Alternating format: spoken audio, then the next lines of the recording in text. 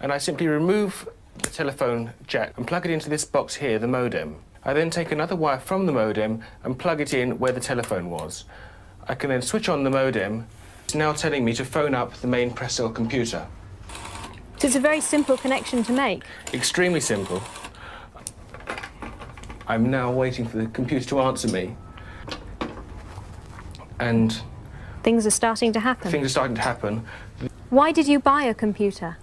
Well, I was very interested in the new technology and didn't want to be left behind. I don't think it's only for the youngsters at school now. I think us older ones will have to learn a lot about it. What is Internet anyway? Internet is that massive computer network, the one that's becoming really big now. What do you mean? That's big. How does one? What do you write to it like mail? No, a lot of people use it and communicate. I guess they can communicate with NBC writers and producers. Allison, can you explain what Internet is? The world is in financial disarray. Currencies failing, economies in wild flux, jobs being lost.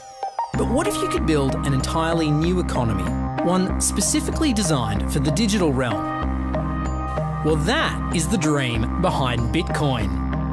Bitcoin, for those of you who don't know, is an electronic online currency that was created in 2009. It was made by someone who did it under the pseudonym Satoshi Nakamoto.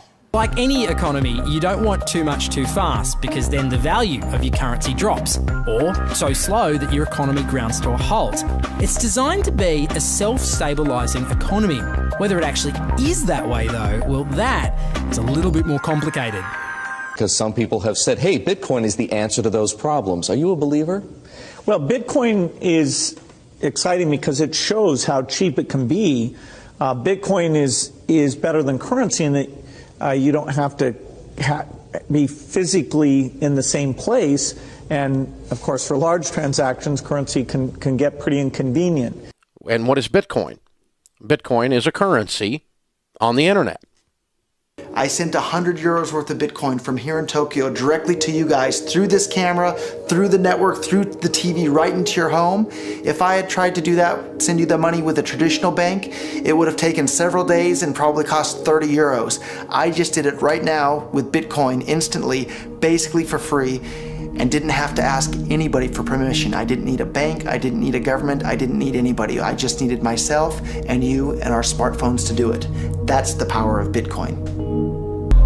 Wall Street is fraud, America is fraud, the world is fraud, banks are fraud, central banks are fraud. We live in an era of fraud. It's all based on fraud, and they get a percentage of the fraud. That's the business model. To suggest that there is any moral or ethical aspect to anything that's going on now is to be completely naive about the fact that we live in an era dominated by financial terrorists,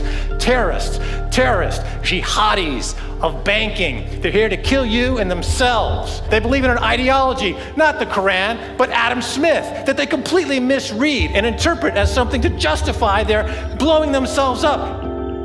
Janet Yellen's a terrorist! Mario Draghi's a terrorist! The Central Bank of Japan is a terrorist! These are the real terrorists! Funds received. This community is switching to what they think is a better monetary system. A system in which banks are no longer needed because payments could be made directly from one person to another. Bitcoin is fundamentally different because in Bitcoin, you don't owe anyone anything and no one owes you anything. It is not a system based on debt. It is a system based on ownership. And no one can censor it, no one can seize it, no one can freeze it. It's November the 2nd, 2008, just 6 weeks after the Lehman Brothers collapse. And all over the world, there are panicked debates about how to save the banks. Then, on a little visited web forum for cryptographers, a document appears in which a completely new monetary system is proposed. The visionary author calls himself Satoshi Nakamoto. These were the darkest days of the financial crisis. So that to me suggests a very clever mind that saw an opportunity, the perfect opportunity to introduce a new radical technology and a new radical approach to money and finance at just the right moment when people would be very open to making this big shift that's required to adopt a new currency. What's exciting for me is like a global economy. Right now we say we have a global economy, but I can't take $1 and give it to you in the Netherlands and then you know what to do with it, right? You would have to go and change it to your native currency. And when you kind of eliminate that step, and I can just send you one form of payment and you can send me a product in a matter of seconds, that starts to change things from a global perspective. How could this digital coin invented by this Satoshi Nakamoto become hundreds of times more valuable than the dollar? And why do enthusiasts like Roger Fear want the world to switch to bitcoins? I'm giving every single person here 1,000 yen worth of bitcoins, which is like $8 and something cents. Back in the early days, you know, I'd get phone calls from my buddies. Oh, hey man, I lost 10,000 bitcoins because my computer blew up, right? Back then, one bitcoin was less than a penny, right? So nobody cared. They lost $10. I don't care, right? And now 10,000 bitcoins, that's $5 million. That's a big deal, right? Bitcoin is a decentralised electronic cash system that uses peer-to-peer networking along with digital signatures and cryptographics to generate currency. Now, with traditional money, think dollars, the euro, pesos, you've got a central bank, like the Federal Reserve. They issue the currency and they print more or less cash as needed, but not with Bitcoin. It looked very different to me. I mean, as soon as I heard the word decentralized and the fact there was a network powering this currency rather than a central issuer, that immediately captured my interest as something quite different based on what little I knew about alternative currencies at that time.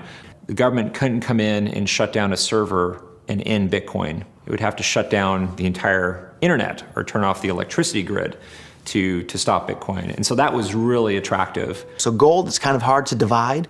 Bitcoin divides down to 8 decimal points instantly, super easily.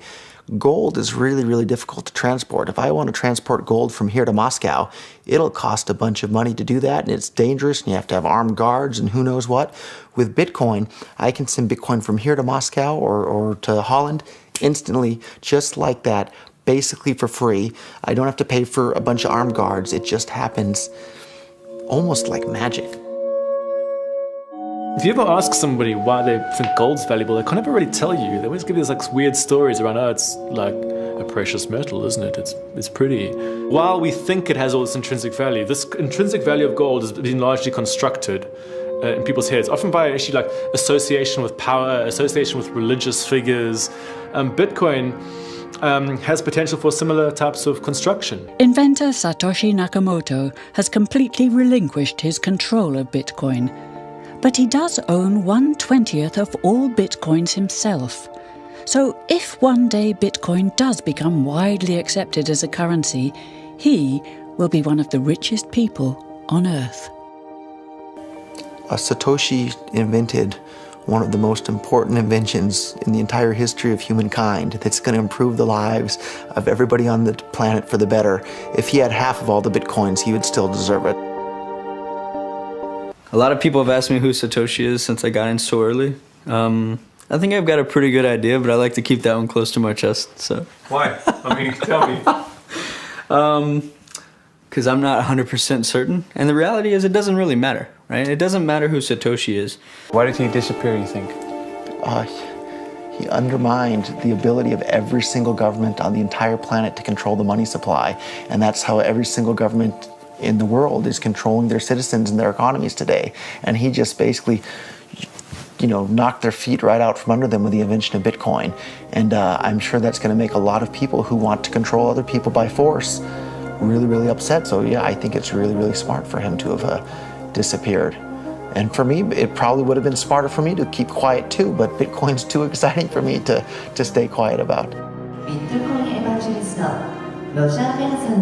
I think a lot of people are underestimating the way in which Bitcoin and the blockchain are going to change the power structures in society in general. I mean, I grew up in the US and I see all these people like, yeah, nuke everybody in the Middle East and kill them all. And then they have the former Secretary of State, Madeleine Albright, on 60 Minutes, one of the most popular news shows in the US. And they asked her, they said, like, there's reports that more than 500,000 Iraqi children have died as a direct result of US sanctions.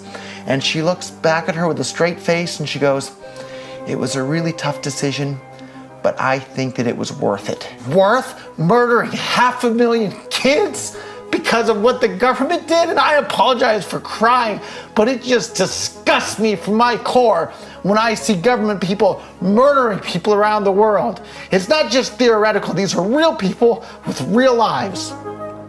And it's real people, and Bitcoin has the power to undermine everything they're doing to people around the world. And I'm sorry for shouting, but it just disgusts me what these people in government do. And they do it through central banking and through the control of the money supply, and Bitcoin takes that away from them.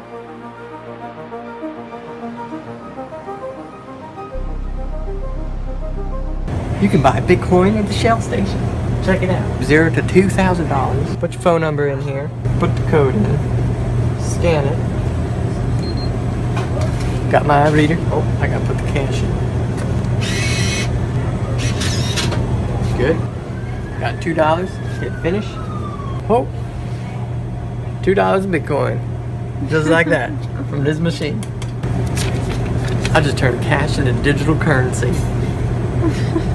So thinking that it's too late to get involved in Bitcoin is like thinking it's too late to get involved with the internet or too late to get involved with using a cell phone. Like, it's not too late to get involved with Bitcoin. If Bitcoin becomes really popular all over the world, Bitcoins are going to have to be worth at least tens of thousands of dollars a Bitcoin, if not hundreds of thousands of dollars per Bitcoin. So thinking it's too late to get involved with Bitcoin is like thinking it's too late to get involved with using the internet. Of course not. Like, it's ubiquitous in our lives, and Bitcoin's going to become ubiquitous in our lives as well.